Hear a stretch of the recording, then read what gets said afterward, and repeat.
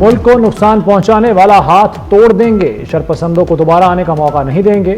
वज़ीर-ए-आज़म शहबाज शरीफ का काबीना इजलास से खिताब, कहा अब सख्त फैसलों का वक्त आ गया है, जत्थाबंदी का हर सूरत खात्मा करना होगा।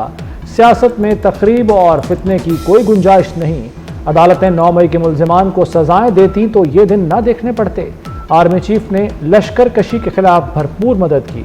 वज़ीर दाखिला मोहसिन नकवी, उनकी टीम और फोर्सेज ने बेहतरीन काम किया।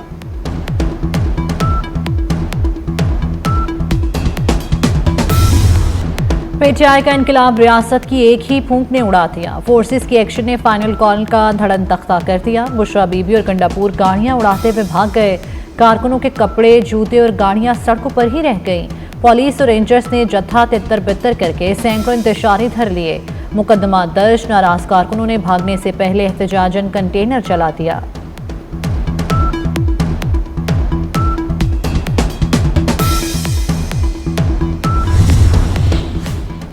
उल्टे पांव पहले कौन भागा, कारकुनों से प्रैंक किसने किया।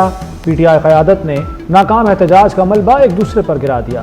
बुशरा बीबी ने नाकामी का जिम्मेदार अली अमीन गंडापुर को ठहराया। गंडापुर एंड कंपनी ने मुज़ाकरात नाकामी का मलबा बुशरा बीबी पर गिरा दिया। धरना नाकामी और क़यादत के फरार पर अलीमा खान बरस पड़ी। कहा कंटेनर की लाइट्स और साउंड सिस्टम शाम 6 बजे बंद क्यों कर दिया गया, शाम में कोई तकरीर क्यों नहीं की गई। नाकाम एहतजाज के बाद तहरीक इंसाफ में इख्तिलाफात शदीद हो गए। कोर कमेटी ने सियासी और एहतजाजी कमेटियों के खिलाफ वाइट पेपर लाने का मुतालबा कर दिया। कोर कमेटी अरकान ने कहा नाकाम एहतजाज पर वो गमज़दा हैं, उन्हें कोई एतमाद में नहीं लेता। एहतजाज को कामयाब करार देने वाले लतीफ़ खोसा इजलास में तमाशा बन गए। अरकान ने तंज किया कि आप तो एहतजाज में शरीक ही नहीं थे।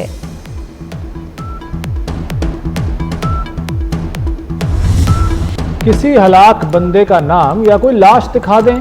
वज़ीर दाखिला मोहसिन नकवी का पीटीआई को खुला चैलेंज। बोले 33 लाशें एक अस्पताल में होने का प्रोपेगेंडा शुरू हुआ। शरपसंद अस्पतालों में लाशें तलाश कर रहे हैं। किसी एक पुलिस वाले के पास गन थी तो बता दें, आप इज्जत के साथ चले गए, यही बेहतर है। अली अमीन गंडापुर को शर्मिंदगी छुपाने का मौका नहीं मिल रहा। बगैर एनओसी अफगान शहरी दिसंबर के बाद इस्लामाबाद में नहीं रह सकते। मोहसिन नकवी का पिम्स अस्पताल का दौरा, जख्मी सिक्योरिटी एहलकारों की अयादत की।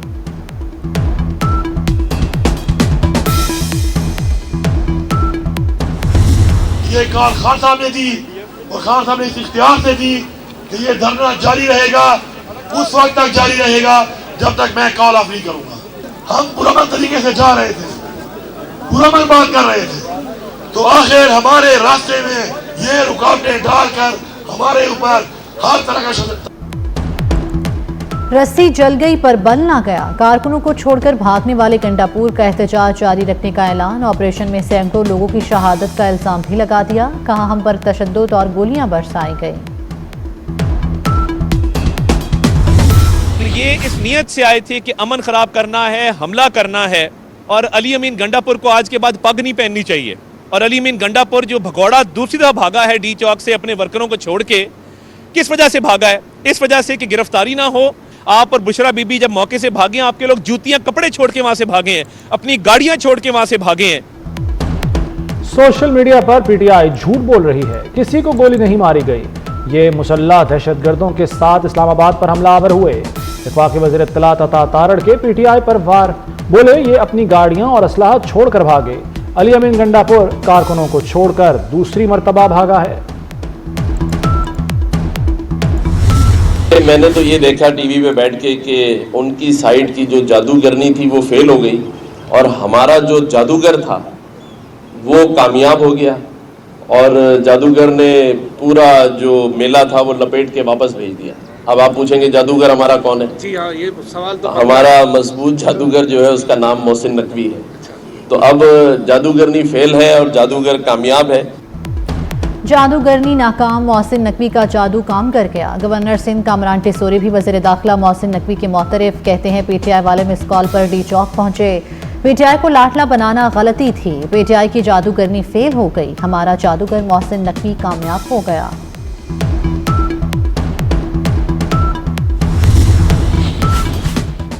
जिंदगी का पहिया फिर चल पड़ा। शहर इक़्तिदार ने 4 रोज बाद सुख का सांस लिया। सड़कों से बुज़दिल जत्थे की बुज़दिली का हर निशान मिटा दिया गया। इंटरनेट सर्विस बहाल, शाहराहों से कंटेनर्स हटा दिए गए, ट्रैफिक रवां दवां। कल से स्कूल भी खुल जाएंगे। रावलपिंडी में भी मामूलाती ज़िंदगी बहाल। फैज़ाबाद में तमाम बस टर्मिनल्स खुल गए। लाहौर के तमाम दाखिली और खारजी रास्तों को खोल दिया गया। मोटरवे पर भी एक बार फिर से गाड़ियां दौड़ने लगीं। पीटीआई की शरंगेजी बेनकाब सोशल मीडिया पर मुजाहिरीन की अमवात का दावा झूठा निकला। इस्लामाबाद के 2 बड़े अस्पताल पोली क्लिनिक और पिम्स ने मुजाहिरीन की अमवात से मुतल्लिक खबरों की तरदीद कर दी। एहतजाज के दौरान कानून नाफिज करने वाले 66 एहलकार और 36 आम अफराद एमरजेंसी लाए गए। अस्पताल इंतजामिया के मुताबिक ज़्यादातर अफराद को इब्तदाई तिब्बी इमदाद के बाद डिस्चार्ज कर दिया गया।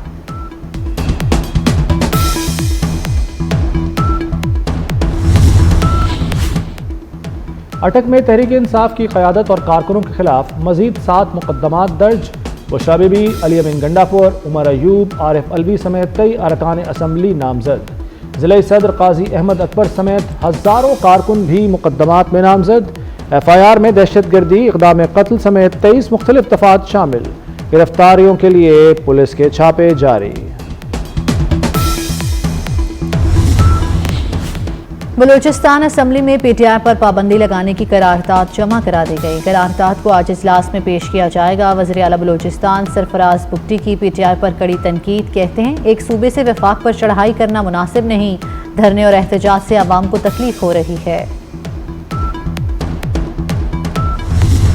और वो इमरान खान साहब से भी मैं समझता हूँ कि 2 हाथ आगे निकली हैं इस पूरे एपिसोड में।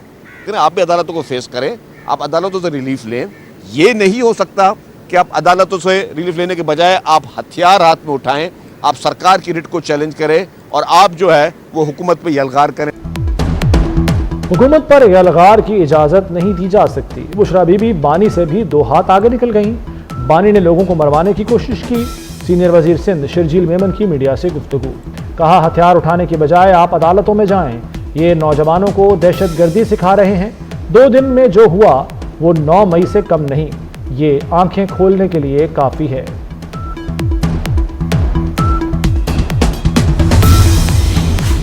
बानी पीटीआई को बड़ा झटका। जिन्ना हाउस समेत 8 मुकदमात पर जमानत की दरखास्तें खारिज हो गई। इंसदाद दहशतगर्दी अदालत के जज मंजर अली गुल ने फैसला सुनाया। स्पेशल प्रोसिक्यूटर ने अदालत को बताया बानी पीटीआई पर 9 मई जलाओ घेराव की साजिश और मनसूबाबंदी का इल्जाम है। Army chief general Asim Munir से बेलारूस के सदर की मुलाकात। दिफा के शोबे में ताउन समेत इलाकाई सलामती से मुताल्लिक उमूर पर बातचीत। आर्मी चीफ ने आलमी और इलाकाई उमूर में बेलारूस के किरदार को सराहा। बेलारूस के साथ ताउन बढ़ाने और 2 तरफा रवाबित मजबूत करने की ख्वाहिश का इजहार।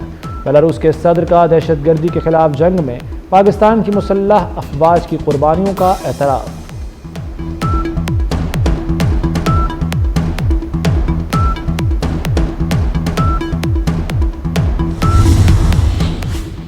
वफाकी वज़ीर दाखिला मोहसिन नकवी का इस्लामाबाद में F8 एक्सचेंज चौक इंटरचेंज मंसूबे का दौरा, तामीराती काम का जायजा लिया।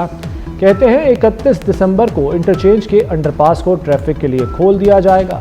फरवरी के दूसरे हफ्ते में मुकम्मल मंसूबे का इफ्तिताह किया जाएगा।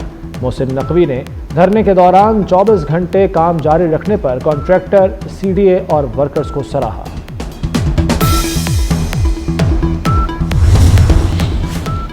स्टॉक मार्केट में एक और तारीख सांस दें। पाकिस्तान स्टॉक एक्सचेंज में जबरदस्त तेजी। 100 इंडेक्स में 4695 पॉइंट्स का इजाफा। 100 इंडेक्स 99,269 की नई बुलंद तरीन सतह पर बंद हुआ। मुतबादिल तवानाई पर मुंतकिल होने की जानिब एक और कदम। कराची को शमसी तवानाई की सस्ती बिजली फराहमी के हवाले से पेशरफ्त। कैपको की के इलेक्ट्रिक को फी यूनिट बिजली 9 रुपये 80 पैसे फराहम करने की पेशकश। मंसूबे पर काम का आगाज नेपरा से हतमी मंजूरी मिलने के बाद होगा। एलामिया जारी कर दिया गया। रूस और बरतानिया आमने सामने। रूस ने एक बरतानवी सफारतकार को जासूसी के इल्जामात के बाद मुल्क बदर कर दिया। मीडिया रिपोर्ट्स के मुताबिक बरतानवी सफारतकार दस्तावेजात में झूठी मालूमात फराहम कर रहा था, जासूसी और तखरीबी सरगर्मियों में मुलव्वस था।